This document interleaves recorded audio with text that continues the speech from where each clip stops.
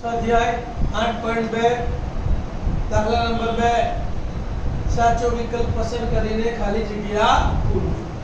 પહેલો દાખલો 2 tan 30 છેદમાં 1 + tan square 30 બરાબર ખાલી જગ્યા. ચાર વિકલ્પ આપ્યા છે. એક sin 60 એટલે કે √3/2 આનો જવાબ આવ્યો તો શું જવાબ લખવાનો? sin 60. cos 60 એટલે 1/2 એક દુત્યાંશ આનો જવાબ આવ્યો તો શું લખવાનો? cos 60. tan 60 એટલે √3 જવાબ આવે તો શું લખવાનું? tan 60. sin 30 1/2 જવાબ આવે તો શું લખવાનું? sin 30. cos 60 sin 30 બંનેના સરખા જવાબ છે, મતલબ કે આ બે વિકલ્પ છે એમને નીકળી ગયા. બરાબર. હવે કિંમતો મૂકીએ. 2 * tan 30 એટલે 2 * 1/√3 છેદમાં 1 + tan square 30 તો 1 + 1/√3 નો વર્ગ. 2 કા 2 છેદમાં √3 1 વત્તા 1 નો વર્ગ 1 √3 નો વર્ગ 3 લસા લઈશું 3 એકા 3 ને 4 અહીંયા આવશે 4 નથી આવશે તો એમનું m.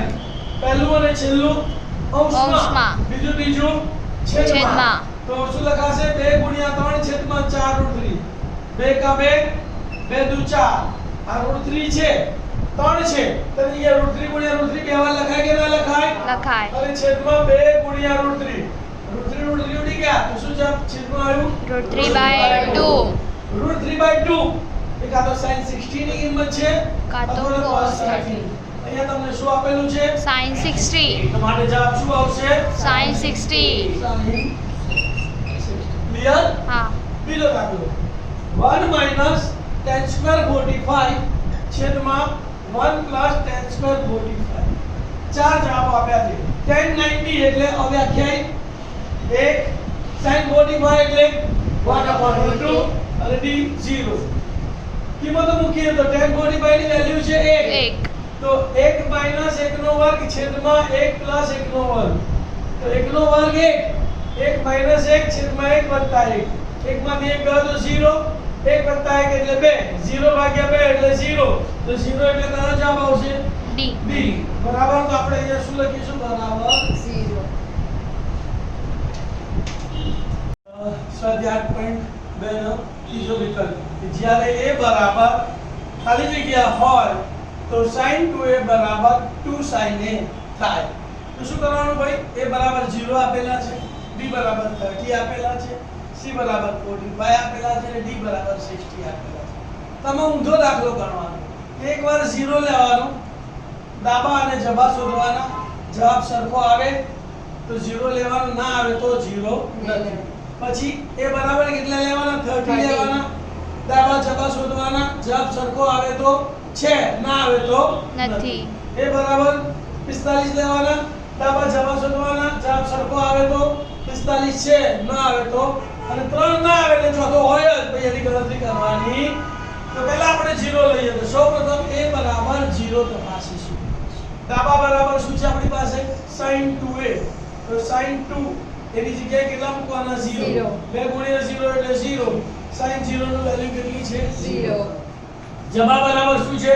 2 sin a તો 2 sin a એની જગ્યાએ 0 તો 2 * sin 0 sin 0 ની વેલ્યુ 0 2 * 0 એટલે 0 તો બંને જવાબ સરખા આયા તો a બરાબર 0. હવે બાકીની ગણતરી કરવાની કોઈ જરૂર નથી. ચોથો ખાલી જગ્યા 2 tan 30 બરાબર 1 - tan square 30 બરાબર ખાલી જગ્યા. ચાર વિકલ્પો આપ્યા. cos 60 એટલે 1/2 1/2 જવાબ આવે તો cos 60 લખવાનું. sin 60 √3/2 જવાબ આવે તો sin 60 લખવાનું. tan 60 √3 જવાબ આવે તો tan 60 લખવાનું. sin 30 1/2 આનો બી 1/2 છે, આનો બી 1/2 છે, મતલબ કે આ બે વિકલ્પો તો નીકળી ગયા એટલે આ બેમાંથી એક જવાબ હોઈ શકે.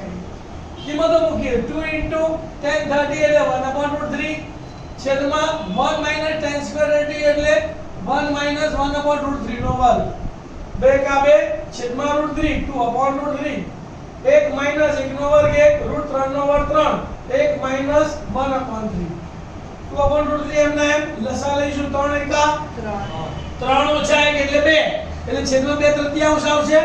આ 2/√3 એમના એમ 2 અને છેદમાં 2 તૃતીયાંશ. હવે પહેલું અને છેલ્લું અંશમાં અને બીજું ત્રીજું છેદમાં છેદમાં. કૌંસમાં કેટલા આવશે 2 ગુણ્યા 3 2 ગુણ્યા 3 છેદમાં √3 ગુણ્યા 2 √3 ગુણ્યા 2 આ બે ઉડી ગયા તો કેટલા વધ્યા 3/√3 3 એટલે 3/√3 3 ની જગ્યાએ √3 ગુણ્યા √3 લખાય તો છેદમાં √3 આ √3 ઉડી ગયા તો જવાબ કેટલો આવ્યો √3 એટલે કે √3 ની વેલ્યુ કાં તો 1060 કાં તો cot 30 તો વિકલ્પમાં શું આપેલું છે આપણે 1060 તો જવાબ આવશે 1060 વિદ્યાર્થી મિત્રો તમને આ વિડિયો ગમ્યો હોય તો લાઈક શેર કરજો અને મારી ચેનલને સબસ્ક્રાઇબ કરજો થેન્ક યુ